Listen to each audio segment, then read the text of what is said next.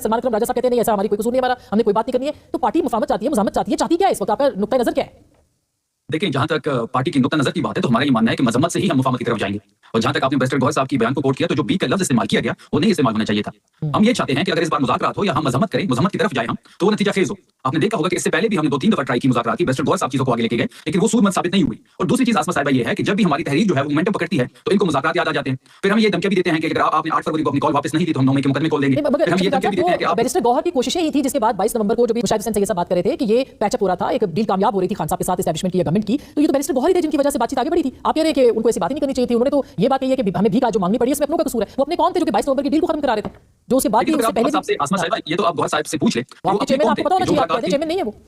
नहीं, जो मुलाकात में रुकावट बन रहे हैं, जो इमरान खान साहब की रिहाई में रुकावट बन रहे हैं, बिल्कुल बैरिस्टर गौहर साहब को उनको नाम लेने चाहिए, खुलेआम नाम लेने चाहिए, क्योंकि हमारी प्रायोरिटी ही इस वक्त इमरान खान साहब की रिहाई है। तो अगर इस सिलसिले में कोई भी रुकावट बन रहा है तो उसको नेम एंड शेम करना चाहिए, बिल्कुल स्ट्रेट फॉरवर्ड इसके नाम लेने चाहिए, चाहे वो पाकिस्तान तहरीक इंसाफ के अंदर हो या बाहर हो। लेकिन बात बड़ी सिंपल है, बैरिस्टर साहब ने लाहौर दौरे की बात की, बैरिस्टर साहब ने काफी और चीजों पर भी रोशनी डाली। बात यही है कि इत्मीनान की जो फिजा है वो हुकूमत को कायम करनी होगी। मेरा सवाल आपसे ये है, बिल्कुल ठीक बात, आपकी बात से मैं एग्री करती हूं कि गवर्नमेंट को करना चाहिए, वो नहीं करे, वो बेनिफिशियरी है इस बात के। बट आपकी जमात क्या चाहती है? वो चाहती है कि इमरान खान साहब के लिए सिर्फ मुज़ाहमत का रास्ता तैयार किया जाए और मुफाहमत अगर करनी है तो चकज़ई साहब करें या बैरिस्टर गौहर करें। तो ऐसे कैसे चलेगा? जब तक यकसूई नहीं होगी आपके हाथ में क्या आएगा?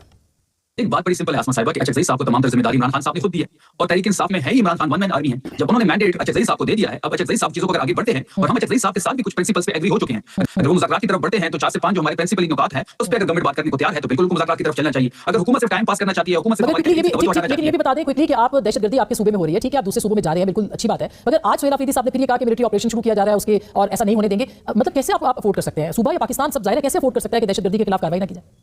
देखिए, आज जो सुहेल अफरीदी साहब ने इस्लामाबाद के बाहर से जो खिताब किया और जो दहशतगर्दी के बारे में उन्होंने एक मंजरनामा पेश किया, वो एक बेहतरीन खिताब था। बात उनकी बड़ी सिंपल सी है कि बदमाशी के जोर पे, बंदूक के जोर पे ऑपरेशन की तरफ चीजों को ले जाया जा रहा है। इस वक्त अगर आप खैबर में या तिराक की बात करें तो वहां पे सर्दियां हैं, वहां पे लोग नीचे आते हैं सर्दियों में, वहां पे इस वक्त लोग नहीं होते, तो वहां पे इस टाइम ऑपरेशन लॉन्च करना किस अकलमंद बंदूक के जोर पे जो है वो दहशतगर्दी होती रहे, बंदूक इस्तेमाल करे, बारूद इस्तेमाल करे, वो दहशतगर्दी होती रहे। जो भी स्टेटमेंट आई आज सुहेल अफरीदी साहब, आपको लगता है